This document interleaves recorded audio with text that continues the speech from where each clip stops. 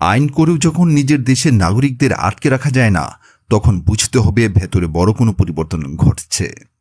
এক সময়ের দাপটে ইসরায়েল আজ যেন এক পরিত্যক্ত জনপদে পরিণত হতে চলেছে।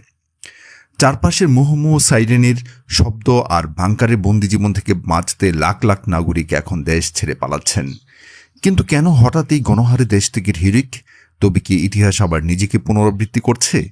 এই পুরো সংকটের ভেতরের আসল সমীকরণ জানতে আজকের ভিডিওটি শেষ পর্যন্ত দেখুন।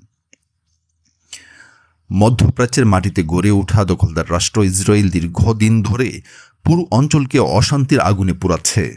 প্রথমে ফিলিস্তিনের গাজাকে ধ্বংসস্তূপে পরিণত করা, নারী শিশুদের উপর নির্বিচারে গণহত্যা চালানো এবং এরপর কোনো উস্কানি ছাড়াই ইরানের ভূখণ্ডে হামলা করে। কিন্তু ইরান যখন পাল্টা আঘাত শুরু করেছে, তখন থেকে ইসরায়েলিরা বুঝতে পেরেছে যে তাদের জন্য নরকের দরজা খুলে গেছে। যারা এতদিন অন্য দেশের মানুষের আর্তনাদ আর প্রাণ বাঁচাতে ছুটে চলা উপভোগ করেছে, আজ তারা নিজেরাই আগুনের আঁচে পড়ছে। আর এই আতঙ্কের মাঝেই ঘটছে এক নীরব ঘটনা। হাজার হাজার নাগরিক নিজেদের দেশ ছেড়ে পালাচ্ছেন। যে রাষ্ট্রটি একসময় দাবি করত বিশ্বের সব ইহুদিদের জন্য এটি সবচেয়ে নিরাপদ আশ্রয়, আজ সেই ভূখণ্ডকেই তারা অনিরাপদ মনে করছে। ইহুদি জনগোষ্ঠীর ইতিহাসের একটি বড় বৈশিষ্ট্য হল তাদের দীর্ঘ ডায়াসপোরা বা বিশ্বজুড়ে ছড়িয়ে পড়া। ইতিহাসের পাতা উল্টালে দেখা যায় বিভিন্ন সময়ে রাজনৈতিক দখল, যুদ্ধ, নিপীড়ন ও সামাজিক বৈষম্যের কারণে তারা এক অঞ্চল ছেড়ে অন্য অঞ্চলে চলে যেতে বাধ্য হয়েছে। 70 খ্রিস্টাব্দে রোমান সাম্রাজ্য জেরুজালেম দখল করে দ্বিতীয় মন্দির ধ্বংস করলে বহু ইহুদি রোমান সাম্রাজ্যের বিভিন্ন অংশে ছড়িয়ে পড়ে। মধ্যযুগে ইউরোপে তাদের উপর নানা নিপীড়ন চলে। 1290 সালে ইংল্যান্ড থেকে, 1306 সালে ফ্রান্স থেকে এবং 1492 সালে স্পেন থেকে তাদের বহিষ্কার করা হয়। স্পেন থেকে বিতাড়িত হয়ে অনেক অটোমান সাম্রাজ্য ও উত্তর আফ্রিকায় আশ্রয় নেয়। দ্বিতীয় বিশ্বযুদ্ধের সময় নাৎসি জার্মানি শাসনে সংঘটিত হলোকাস্টে প্রায় 60 লাখ ইহুদি নিহত হয়। পরবর্তীতে 1948 সালে ইসরায়েল রাষ্ট্র প্রতিষ্ঠিত হলে বিশ্বের বিভিন্ন দেশ থেকে লাখ লাখ ইহুদি সেখানে এসে বসতি করে তোলে।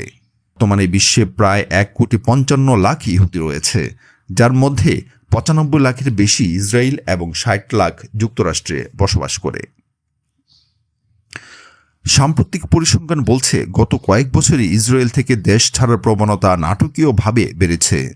সরকারি হিসাব অনুযায়ী 2024 সালে প্রায় 82,000 মানুষ দেশ ছেড়েছেন, যা 2023 সালের তুলনায় প্রায় 40% বেশি। 2025 সালে প্রায় 69,000 মানুষ দেশ ছেড়ে চলে যান, কিন্তু বিপরীতে ওই সময় দেশে ফিরে এসেছেন মাত্র 19,000 মানুষ। অর্থাৎ ইসরায়েলে যত মানুষ নতুন করে প্রবেশ করছে, তার চেয়ে অনেক বেশি মানুষ দেশ ছেড়ে অন্যত্র চলে যাচ্ছেন। এই দেশ ত্যাগের পেছনে কয়েকটি বড় কারণ রয়েছে। অবিরাম যুদ্ধ, 2023 সালে 7 অক্টোবরের পর থেকে গাজায় দীর্ঘ যুদ্ধ এবং 2026 সালের 28 ফেব্রুয়ারি থেকে ইরানের সঙ্গে নতুন করে শুরু হওয়া যুদ্ধ পরিস্থিতিকে চরমে নিয়ে গেছে। পাশাপাশি লেবাননের হিজবুল্লাহর আক্রমণ উত্তর সীমান্তকে অচল করে দিয়েছে। কিছু সীমান্ত শহর ইতিমধ্যে অর্ধেকের বেশি জনশূন্য হয়ে পড়েছে। প্রধানমন্ত্রীর অনুরোধ সত্ত্বেও বাসিন্দারা এলাকা ছাড়ছেন। বর্তমান সরকারের নীতি, বিচার ব্যবস্থা নিয়ে বিতর্ক এবং সমাজের ভেতরের গভীর বিভাজন রাষ্ট্রের উপর থেকে সাধারণ মানুষের আস্থা কমিয়ে দিয়েছে। উচ্চ জীবনযাত্রার খরচ এবং দীর্ঘ সামরিক মেয়াদের কারণে বিশেষ করে প্রযুক্তি খাতের দক্ষ কর্মীরা দেশ ছাড়ছেন। তারা ইউরোপ, যুক্তরাষ্ট্র বা সুইজারল্যান্ডে পাড়ি জমাচ্ছেন, যা দেশের অর্থনীতিকে দীর্ঘমেয়াদে পঙ্গু করে দিতে পারে। সরকারি প্রতিবেদনও একে একটি সুনামি বলে আশঙ্কা প্রকাশ করেছেন। সব মিলিয়ে 2025 সালে দেশটির জনসংখ্যা বৃদ্ধির হার কমিয়ে দাঁড়িয়েছে মাত্র 0.9%, যা রাষ্ট্র প্রতিষ্ঠার পর সবচেয়ে কম। মানুষ দেশ ছাড়ছে, জন্মহার কমছে, আর যুদ্ধের কারণে মৃত্যু বাড়ছে। এদিকে ইউরোপের কিছু অঞ্চলে, বিশেষ করে সাইপ্রাসের লারকানা ও লিমাসোল এলাকায় ইসরায়েলি নাগরিকদের জমি কেনা ও বসতি স্থাপন দ্রুত বাড়ছে। স্থানীয় রাজনীতিবিদদের মতে সেখানে যেন এক মিনি ইসরায়েল তৈরি হচ্ছে, যা ইউরোপীয় রাজনীতিতেও নতুন আলোচনা জন্ম দিয়েছে। একদিকে গাজায় চরম ধ্বংসস্তূপ আর অনাহারের মধ্যেও ফিলিস্তিনিরা নিজেদের পৈতৃক ভূমি এক চুলো না ছেড়ে আঁকড়ে ধরে আছেন। অন্যদিকে আধুনিক সব অস্ত্রে সজ্জিত হয়েও ইসরায়েলিরা নিজেদের নিরাপদ ভাবতে না পেরে নতুন আশ্রয়ের খোঁজে দেশ ছাড়ছেন। প্রিয় দর্শক, আপনাদের কি মনে হয় ইসরায়েল কি আসলে তার নিজের করা পাপের কারণে ধ্বংসের দিকে এগিয়ে যাচ্ছে? ইহুদিরা কি পারবে সাইপ্রাস বা অন্য কোথাও নতুন কোনো আস্তানা গড়তে? কমেন্ট বক্সে আপনার মূল্যবান মতামত অবশ্যই আমাদের জানান।